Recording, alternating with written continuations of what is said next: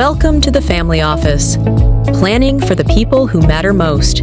Yeah, no, we're good. Look, here's the thing that I find most interesting that's happening right now, and I know we weren't going to talk about this, but it comes out of your state of residence. Obviously, is the implosion of Eric Swalwell, and you just got to kind of like. I'm sorry, we were going to talk about it, but Len, this was something that I've been following for a while because he was accused of like honeypot stuff, like 15 years or 10 years or whatever it was, and now finally. And it's salacious. It's pretty bad. I mean, I don't like to talk about people like that, but it's pretty bad. And I think he's dropped out now. He's not running for governor anymore. And you've got a lot of high-end donors that are like distancing themselves. So rightfully so. I mean, when you talk about sexual misconduct, man, that's the easiest way to get placed out, unless you're the presidential candidate that can grab women by the peas and stuff like that. But it does not excuse him of his behavior because that is salacious.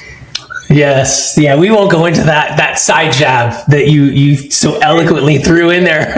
You came fighting and you didn't tell me this was one of the topics. So, hey, I'll fight back, man. What's up? Okay. Well, at any rate, Eric Swalwell doesn't look pretty good for him. It just kind of, to me, adds on to the stink of California. It just, the more... But I agree that it's not good. It's not a good look. But he doesn't represent the morality of the country, of the state. I mean, come on now. I think. But go ahead. Here's what I can say then. Since you had to throw the jab with Trump in there, Trump's just falling right in line with the etiquette and the decorum that was set by the Biden administration. Because up until then, I don't think cocaine or drugs had been found in the White House until Biden's administration. So he was just kind of like following in his predecessor's footsteps. But enough is enough, okay? The big news, I think, today, to me, that I'm looking at is the Iran ceasefire, the gentle Iran ceasefire. The juiciness that I think happened between now and when we talked last was the fact that J.D. Vance went over there with Kushner and Whitaker and or was it Whitaker? I think all these guys went over there to try to negotiate. They negotiated for 21 hours. There's still a shaky ceasefire. Nonetheless, there's a ceasefire, which I think threw everybody for a loop. It's shaky. No one really knows what's going on with the Strait. Is it open? Isn't it open? It's slow. It's backed up. I think there's a number of reasons why it's that way. I think there's a lot of conflicting information. I think the decentralized leadership is causing a lot of issues.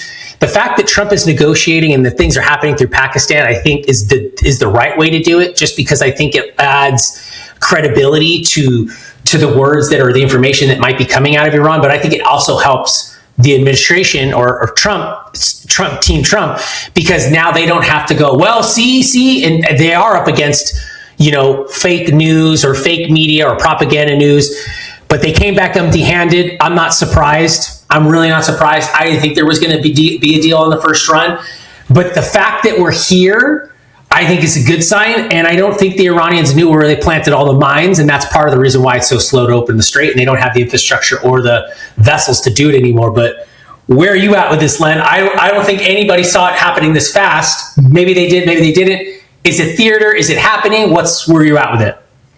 You got to be happy about it. You got to be at least happy. Okay, so I'm just trying to understand before I respond to make sure I understand where you're coming from. Are you saying that you believe that right now that's a real ceasefire? I just want to make sure that that's what you're saying. I think that it is close to a ceasefire as you can get without actually it being a ceasefire. And what I mean by that is we're not bombing them anymore. Yeah, there's probably Cold War activity happening, covert war happening, but yes, it is a ceasefire, and it is recognized as a ceasefire. I mean, what else would you want to frame it as, other than, okay, don't call it a ceasefire. No one's fighting right now, and there's peace talks. And there was here's the thing, there was a U.S. envoy that went there. They should have came to us. We went to them. Okay, so that's a good show of good faith, is it not? Okay, this is my take. This is my take on it. So the day after, not even 24 hours after that, Israel dropped bombs and just dropped like 100 bombs in Beirut, Lebanon. And so the United States and Israel came and started this war. And so while the United States hasn't dropped any bombs in the last few days, the Iranians made a response based on what Israel did. And so when you have two opposing parties that come to have these talks and these conversations, the only way that any real agreement that's lasting will take place is if both parties come from a genuine perspective. And I don't think either party came from a genuine perspective. And this is what I mean by that. So the United States issued 10 or 15 points, and then the other side issued 10 or 15 points. Don't quote me on if the Iranians had 15 points or 10 versus the US, but they both had their set of demands. And both of those set of demands are non-starters for the opposite party. And so the United States goes into these quote unquote peace talks with no leverage. They have no leverage at all. And the reason why they have no leverage is because Iran controls the Strait of Hormuz.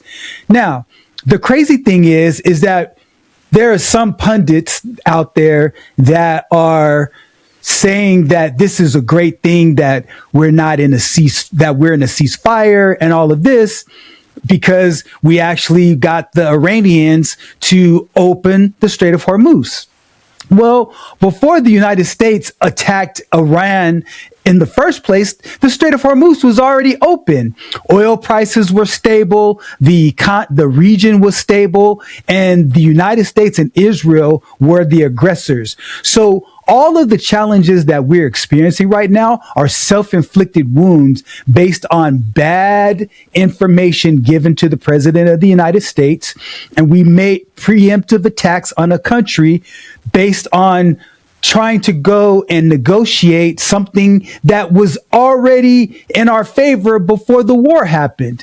I could understand if Iran closed the Strait of Hormuz, then the United States goes and attacks Iran because the Strait of Hormuz is closed, and now we go back to negotiate the opening of it, but it was never closed. And so we're now put in a position to negotiate something that we caused. And so I don't consider that a victory at all. And right now, both sides, the United States and Iran, they're both saying they won, because the United States and J.D. Vance and his crew came back and said, hey, Iran didn't respond to our whims, and so we're not moving forward, but we are in a ceasefire. So Iran gets to say, hey, we got the United States to stop bombing us. We won. And so both sides are engaged in this propaganda war to tell their constituents in their homelands that they walked away as the victor. So this ceasefire is not going to last. It's not going to last. Evidently, though, there is a ceasefire, regardless of how you want to frame it. Okay. There's a ceasefire. Okay, you can call it that. But the point is the strait is still closed. But I didn't say there was a win. I didn't say it was a win. Well, oil prices are under 100, so that's cool. $98 a barrel right now on WTI crude. So we're under 100, so we're under the magic mark right now. So if Iran is trying to fight a war, and the only leverage point they have over the U.S. is economically, right? Whether it costs America too much to fight the war, or we create this catastrophe in the markets. But number one, what I find surprising, Len, is why most people have the opinion and you have the position where you think that Iran didn't start this. This has been a Cold War since Iran took power in 1978. So why anybody thinks that this is any different? And I understand it, because we want to take the approach that, we'll just wait for the aggressor to do something bad and then we'll react. But the problem with that is that that's like waiting to have cancer before you start an anti-cancer regimen. It just doesn't make sense to me. It's simply unpragmatic. Iran is an aggressor, and since day one, since they kicked the Shah out in 78, they've been saying death to America and death to Israel since day one. And they have been a sponsor of terrorism. They've been a bad actor. They have created issues throughout the world. No one can negate that. They have single-handedly created genocide, ethnic cleansing, terrorized a country, oppressed a country. When a country changes from one way to another like that, when a dictatorship that's unelected gets in, I just don't understand why so many people have sympathy for Iran. For that, and I don't say sympathy for Iran, I say sympathy for a terrorist regime, because that's really what it is. Why does anybody feel like they have to defend or defend the failed leadership of Iran? Why does anybody feel the burden to do that? Okay. Because I just don't understand it. Because we're okay with them being terrorists. We're okay with them creating genocide within their country. We're okay with them suppressing their peoples and enslaving their peoples. That's what we're saying when we say Iran is not the aggressor and America is the aggressor. No, America is the liberator. America is, again, shoveling you-know-what for the rest of the world. And then the rest of the world gets pissed off at the way we shovel their you-know-what. And I think also the second thing that I just don't understand why people miss this is that what's the simplest way to slap China around? Turn off their energy. And what's the simplest way to erase and make our debt a weapon? Because all these countries own our debt. What's a way to make our debt a weapon? We're forcing them to buy our crap. If Iran doesn't want to play ball and keep the strait closed, that's great news for America, by the way. Because guess what? America doesn't need their oil. America's got Venezuela's oil. America's going to shore up Canada, shore up Mexico. Everyone's going to play ball, and then it's going to swing around. And all these people who are going to be at war with each other still, Len, are going to go, we have to buy America's energy. Yes, and here's the thing, Len. I don't know how, and I'll turn it back to you. I just don't know how any American, whether you like Trump or not, or like war or not, doesn't get up in the morning and go, you know what? I like the sound of NATO and all these other countries buying our energy instead of our enemies' energies. Because NATO, who claims to be our ally, they buy their energy from our enemies, who everyone says Russia's the enemy. Like, everybody on the left, like Bernie Sanders and AOC and Elizabeth Warren and Joe Biden and all the rest of them say that Russia's the enemy, and NATO's not, but yet we allow NATO to buy Russia's energy. And then we allow all these countries that say that they're our enemies to buy our enemies' oil.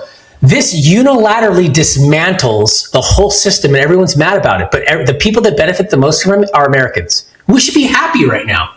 Yes, does it cause temporary pain? But eventually the world's going to go like this to us again. Now we need to buy U.S. energy. We are the number 2 crude producer in the world. Well, your second argument, okay, so your first argument was, why should we allow terrorists or... Yes, why should we allow that? Okay, because here's my point, Len. Here's my point. Why are we going to wait for them to do something stupid? Because they're going to do something stupid. It's foregone conclusion. They're going to close the Strait of Hormuz because they're going to do something stupid. So why would we allow something stupid to happen when we can take it out right now? I heard you. And I'm going to... Okay, look, here's the issue, Chris, is that first of all, the idea of the United States doing preemptive strikes is not the way the United States has operated historically.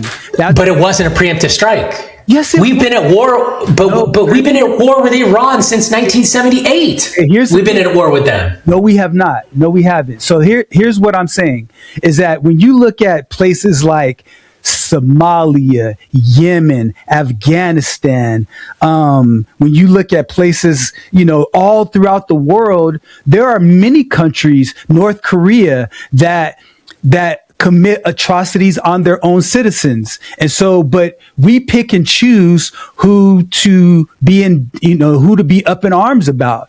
And so the reason why we pick and choose who to be up in arms about is your second argument, which is we want to use Iran as a proxy to put a chokehold on China because the Strait of Hormuz primarily impacts Asian countries. And so for the United States to maintain its world dominance and supremacy, Trump is saying we need to make sure that we put China in a chokehold without putting China in a chokehold because they are a nuclear threat.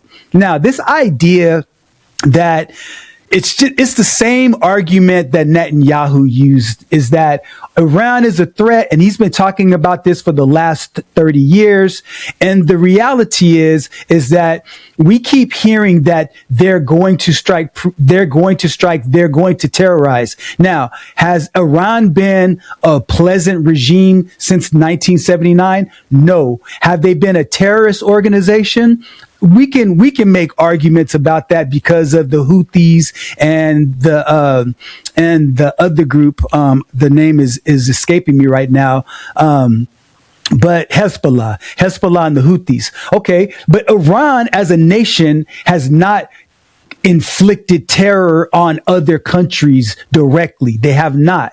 And so we as a country became the aggressor because the real issue is the oil. It's not them being a terrorist organization, because if we were using that as a way to decide who to go and attack, we would attack North Korea, but we're not going to attack North Korea because they have a nuclear bomb. So when Iran, as I mentioned in a previous episode, when they see the playbook, they said, you know what? We need nuclear weapons. And so now again, I will continue to argue that diplomacy is the best way to go about this, which is the way that Trump decided not to go. You cannot use a show of force to create an existential threat to a country whose religious beliefs is that if I die for my cause, then that's a cause to be celebrated. And so death for them is just a part of what they believe in if the cause is going against their religious virtues. So because of that, the idea of death for them is not a real valid threat like it is for us. That's one. The other thing is that you talked about that, they talked about death to the United States, death to America. Well, I'm sorry, Chris, but just a few days ago, I heard President Trump saying, if you don't stop this, your entire civilization is going to be bombed. And so I don't see any difference between what they said and what he said. So how do you find a reason to downplay what Trump said, but then glom on to what they've been saying all this time? Now, you can make the argument that Trump was using it as a way to negotiate. It's the art of the deal. You can make that, but the president of the United States has words, and the words are powerful. And so it ultimately comes down to this, and I'll turn it back over to you. This is not about terrorism. It's not about giving liberation to the Iranian people. It's not that. Now, I want that for them. That's not what Trump's objective is.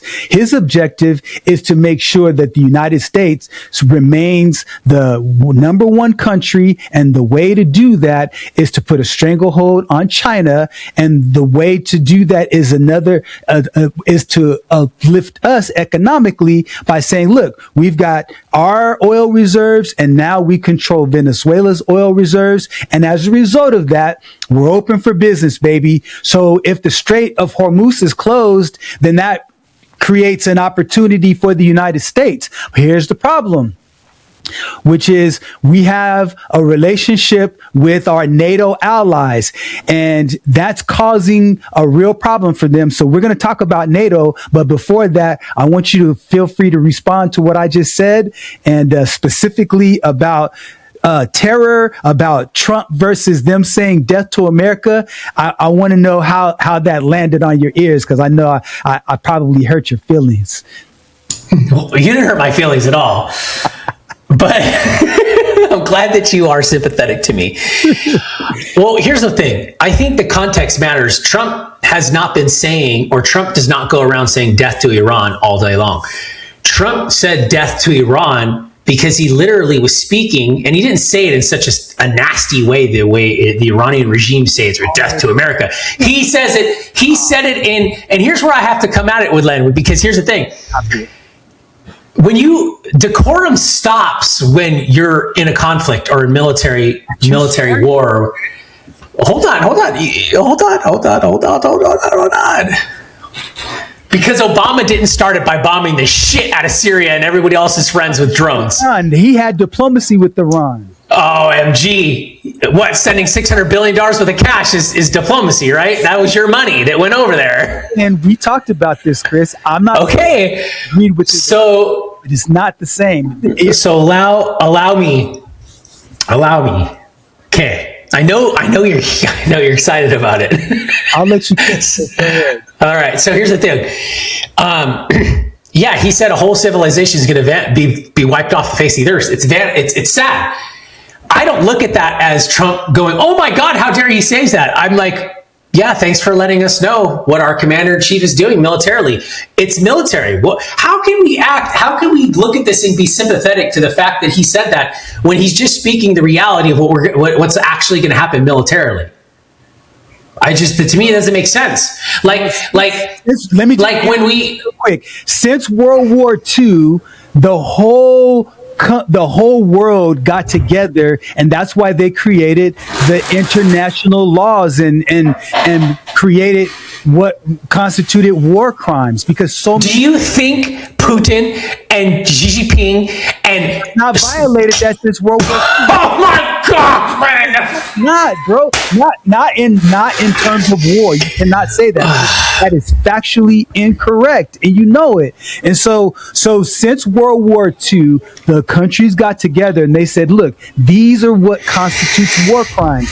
And if you go around, so now since then, most war has been around military targets. Now, we're not dumb. Of course, there were millions and millions of people that were killed as collateral damage, so to speak. And we can go and mince words and make arguments for and against if they're disingenuous about that definition. But the universally accepted definition of war is, we're going to attack you militarily. We're not going after your like historical buildings, and we're not going directly after your civilians just to get mass casualties, because that's considered genocide. That is a war crime. And so when Trump talks about getting rid of their civilization, especially post World War II, man, that's a no-no. You can't do that. Sorry, I just had to jump in real quick. No, I get you. I totally get you. But again, given the context, yeah, we're going to bomb the shit out of you if you don't do what we're trying to tell you we need done. And that's war. That's war. And here's the reality. Again, I'm just a realist with it, Len. The first people that will violate all those rules are the weak men and women, the European nations, that made them, because they made those laws to govern their weakness, because they don't have morality. Those rules govern their morality. Americans have morality. We had morality, which is exactly the reason why we got brought into World War II, because we had morality. So I'm okay with us leaving Iran alone and the rest of the world alone, Len, as long as we withdraw from NATO, we withdraw all of our alliances, and we become a populous nation like we were pre-World War II. And we were doing just fine. Now, I understand we're in a global view and all this stuff has changed, but the reality is this. We're taking our stuff back. We're severing all of our bad treaties and alliances, because we're getting ready to do that, because the rest of the world is burning to a crisp. And the only one that has a chance of surviving is America, because of geographically, spiritually, systems-wise, capitalism-wise, all of it wise. Everyone else understands and knows the game that's being played here. Putin is not at war with Iran or Ukraine just simply because he wants to annex it. He's at war with Ukraine because he needed to shift the Russian economy so that he could survive, because the rest of the world was creeping Russia out with sanctions. America was leading that charge. We're just doing the rest of the work that we need to do to China and everyone else, so everyone else can get back on board with what's going on here. So I'm okay with it, Len. We could take all that away. But Trump didn't start a war with Iran. This war has been going on since the 80s. And everyone else was too chicken shit or inept or scared or bought and paid for to do anything about it. But we've reached that critical point now where enough is enough. And everyone should be happy. You should be happy then that your commander-in-chief is cutting off the largest state sponsor of IP theft. You should be happy that our president is doing what he needs to do to make sure that the United States doesn't get manipulated out of the market. Because we're okay with China buying oil from Iran, basically getting it for free. That's unfair. Here in America, we can't even burn coal, but China can open coal every day. And then when it comes to war, we have to play by rules too. You think all of our enemies, Len, will play by those silly rules when the boots hit the ground and the missiles start flying and the weapons and the bayonets are clanking? You really, really think that the Iranian National Guard or whatever the hell they call themselves and the Chinese military and our NATO allies are going to go, hold on, that's a war crime? Bullshit. They're the first ones to violate it, Len. I'm sorry, but their history shows it. Their history shows it and ours doesn't. Let me ask you a question. Since 1945, tell me the countries that have created war crimes on, when I'm talking about war crimes where they use their military might to impose terror and to kill another country's citizenry in large numbers. Tell me, please. I'm all China, Iran. Who? China and who? Who did China is ongoing killing Muslims in China right now. The Uruguay. What is that? On another nation. On another nation. Nation. Oh, I don't know what's good. I mean, govern the world in terms of how people. I don't know. Take care of their own affairs.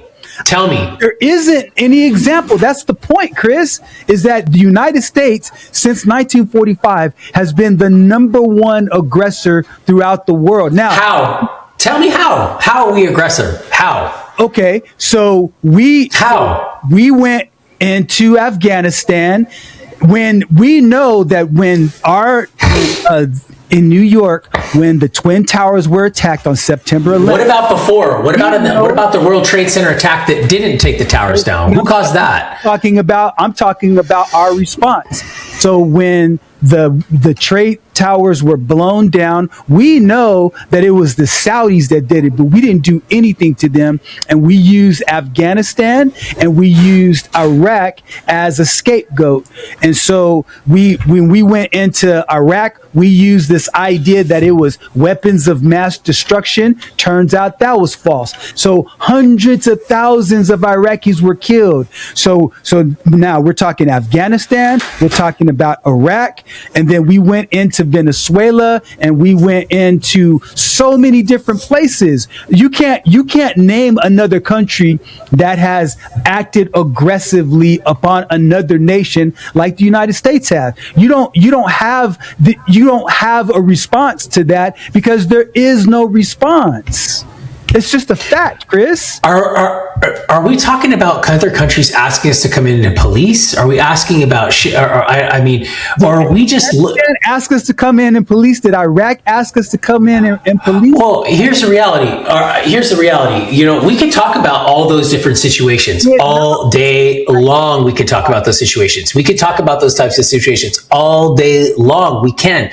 The fact of the matter remains this, okay?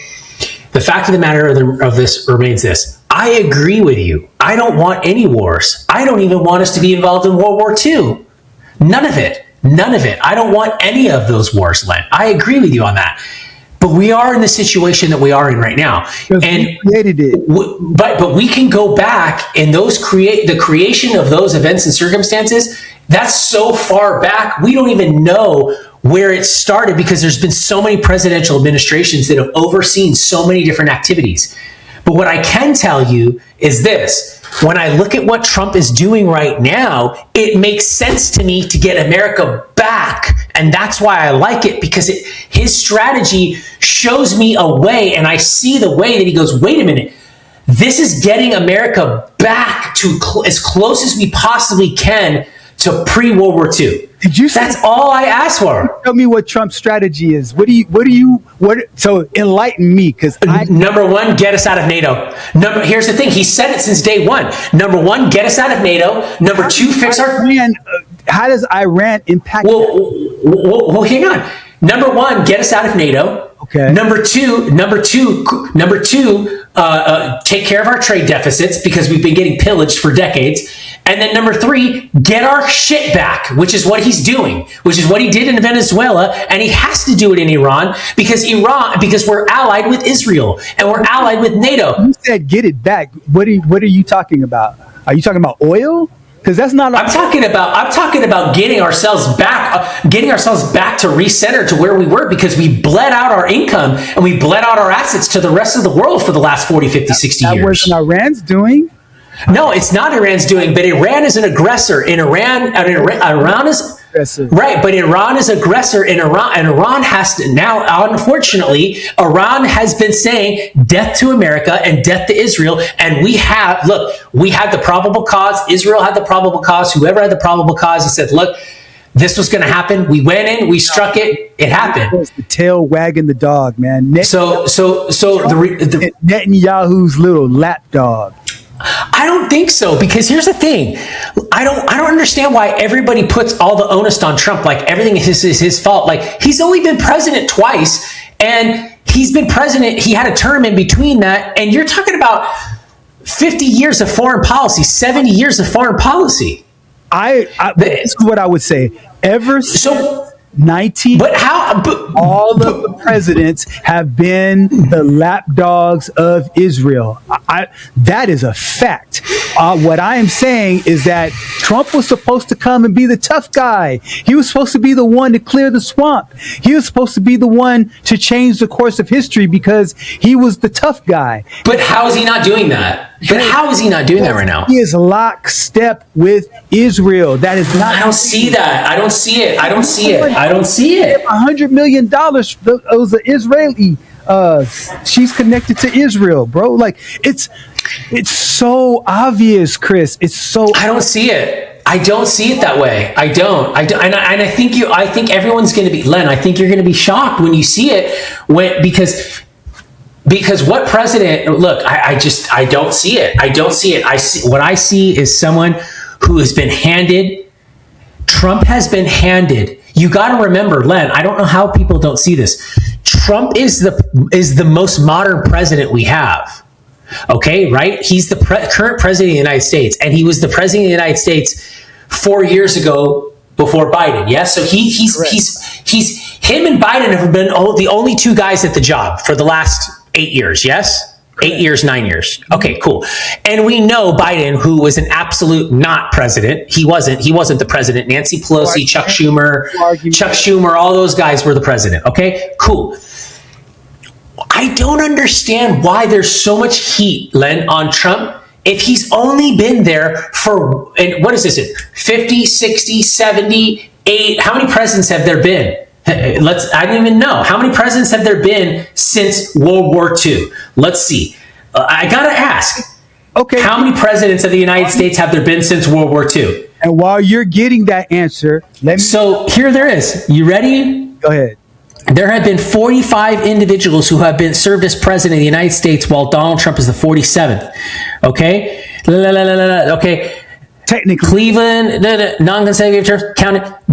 22nd, so first person. This is stupid. Give me the actual answer. So you got to ask the AI mode, right? So you can get the prompt on it. This is why search is dead now, and AI. Hopefully it is, right? Okay. Looking that up.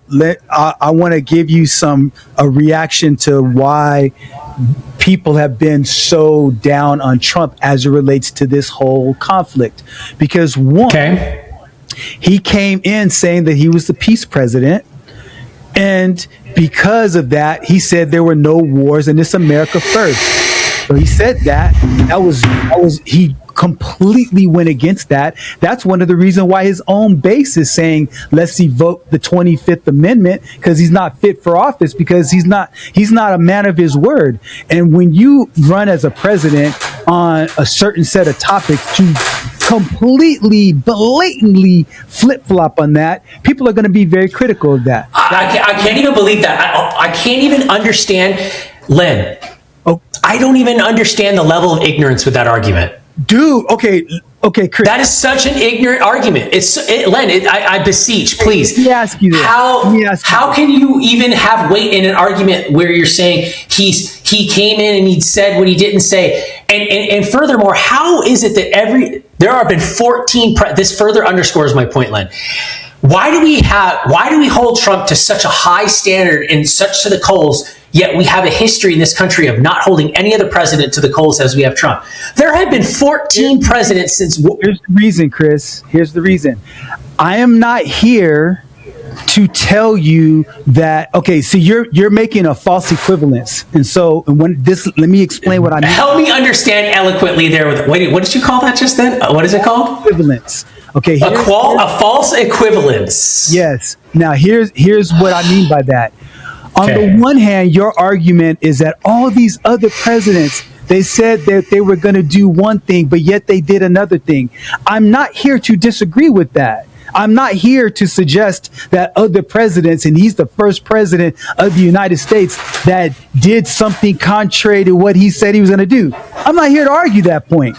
So for you to suggest that I am saying that all of these other presidents were good and Trump bad, that's not what I'm saying. This is what Trump ran on, though. He said, because this is how what got him elected. What got him elected is that he spoke to the little guy. He spoke to the person that was... He still is. No, he's not. Okay, but wait. Let me finish. Okay. So he got elected because he was speaking to the little guy. Now, the second reason why he got elected is because everybody knew Trump as he says what he means what he says, and he doesn't pull any punches, he doesn't mince any words. He's going to come in and he's going to be different than everybody else. All these other career politicians, they made their money through being a politician. He made his money through real estate. So he wasn't going to be beholden to all the lobbyists. He wasn't going to be beholden to the donors. And he wasn't just going to flip-flop on what he said like everybody else did.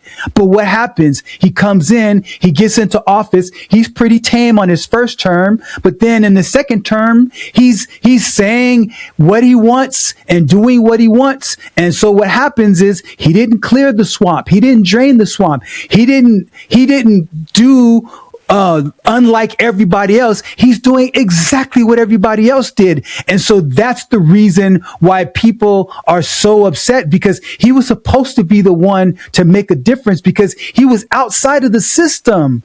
He was supposed to come in and disrupt it. He didn't do anything to change the course of that. So yes, all those people that you talked about in your previous argument, since World War II, they did X, Y, and Z, and they said X, Y, and Z, and then they did A, B, and C. And so he was supposed to be different. And he's not speaking to the little guy, because the tax cuts that he made did not affect and impact the little guy positively. It affected his friends. And going back to this whole thing with Iran, I can't even believe I can't. My last point. And the last thing is the other reason besides oil why he went into Iran is, I believe, because I'm talking about his relationship with Israel, is that he and Jared Kushner have an opportunity to go into Gaza, where thousands upon thousands of people have been slaughtered, move all of the rubble and move nice luxury seaside villas to create another opportunity to have people travel from around the world and claim that this is a peaceful haven, while it was on the blood of little kids that were slaughtered because Netanyahu did this to Trump that he didn't do to Biden, that he didn't do to Clinton, that he didn't do to Obama, which was to convince them to go in guns a-blazing to Iran because they were smart enough to realize that that crap wouldn't work. But Trump didn't realize because he saw dollars and cents, and he allowed Netanyahu to take him off course and to do something, because Trump himself said that Obama was dumb for how he interacted with Iran because it was going to lead to war. And he said ultimately that would lead to World War III and it would be a disaster. And yet he goes in and does the same thing. So I'm going to stop there, Chris. That's the reason why I am saying what I'm saying about Trump specifically, because he was supposed to be different, because that's what he said he was going to do. He's going to be different, and he's not. I don't see I see the differences, and I don't understand how people don't see the differences when you look at all the past presidencies that we've had. Now, Here's the thing. Again, people criticize Trump way more. Look, I'm very critical of Trump as well. Maybe it doesn't show as much, but there's a lot of stuff I'm like, come on, dude. But the reality is this. There is more change that has happened and is continuing to happen because of what he has been doing forcibly. Because no administration since Reagan has done for America what his administration is doing, which is forcibly making changes and forcing people to actually do things like, I don't know, NATO actually hitting their budgets for the first time in 30 years. No one's been able to make our allies do that. And by the way, I think NATO is horrible and we should be getting rid of NATO. We should be done with NATO. Talk about that next. What are some of the things that you would say Trump? 100%. Number one, we're getting people to pay. Number two, he has prevented this country from going off a cliff with the inflation. That's not an easy thing to do fast. It's higher than it was when Biden was in. It's not an easy thing to do. It's not an easy thing to do. And then also at the same time, cut expenses, cut the budget, turn a profit on the budget. In a short amount of order, increase tariff revenue. Chris. And I don't understand, Len, how you can sit there and make the argument of, the tax breaks haven't hit the little guys yet, when you could say it's only for the billionaires and the millionaires, when you understand that the billionaires and the millionaires are the market makers. These are the guys that everyone wants to bash Elon Musk, but no one understands how much employment and economic activity Elon Musk creates in the marketplace, not even directly, indirectly. Just because Tesla is Tesla, there are people that are multimillionaires today just because they sell Tesla accessories. That's a market maker.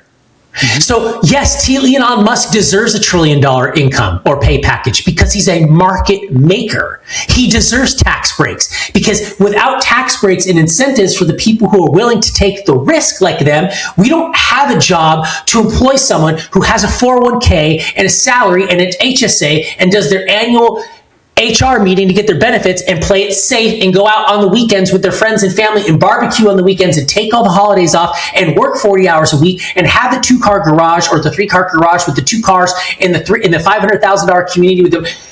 Because of those people that get those big tax breaks, people have those jobs because not everybody, Len, and you know this, Len, you recruited thousands of people.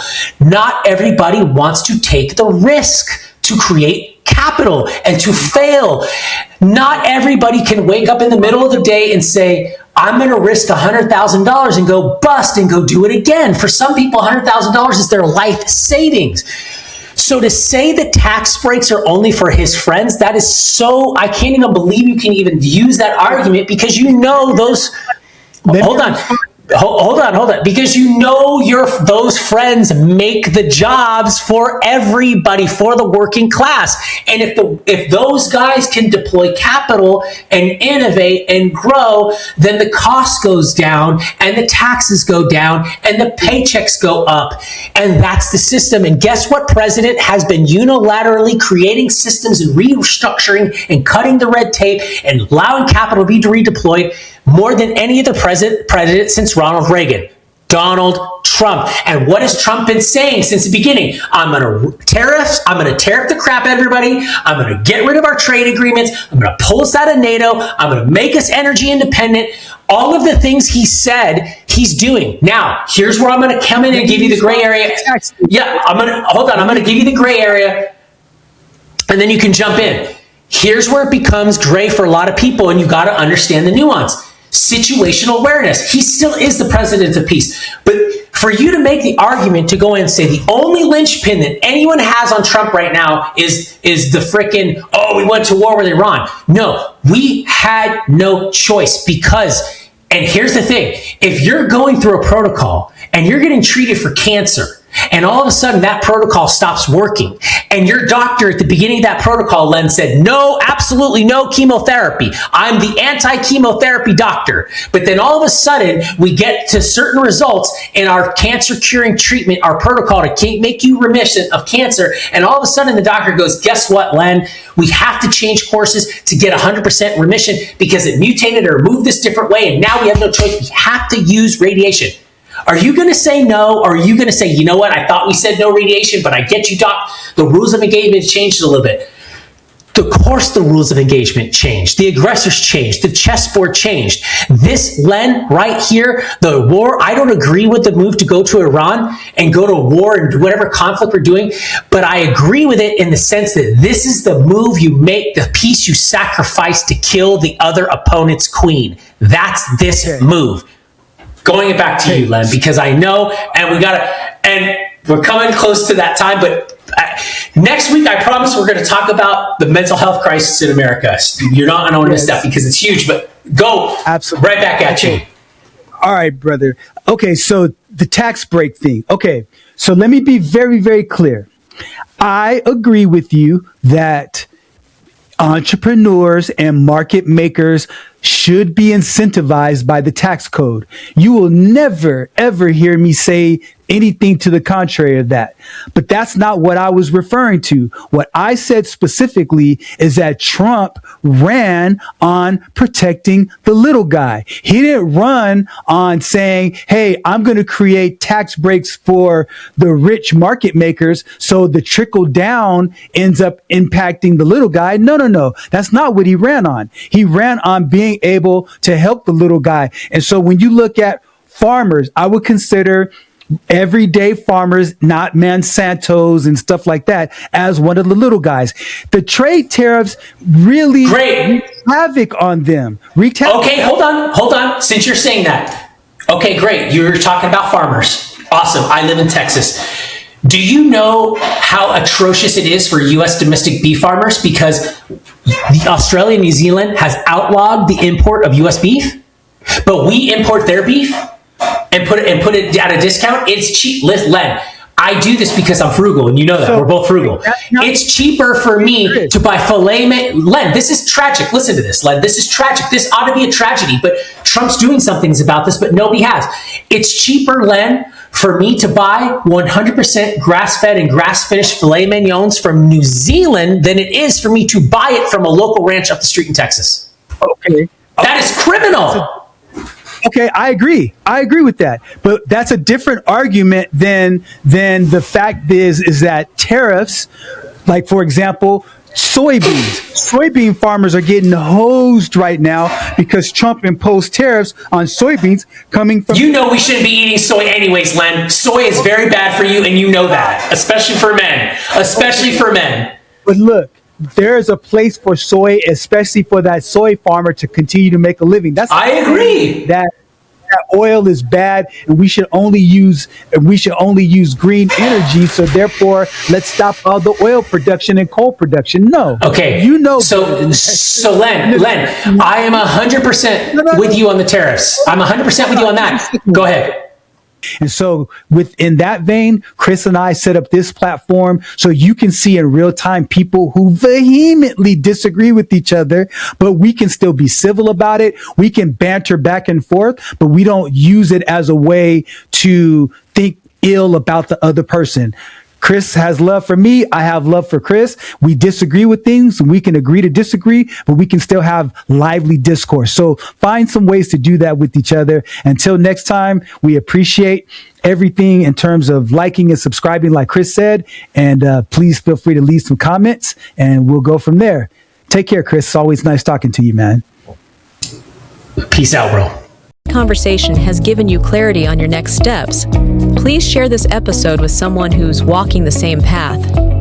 Don't forget to like and subscribe so you won't miss future episodes. And remember, planning ahead isn't just prudent, it's an act of care. Thanks for joining us, and we'll see you next time on The Family Office.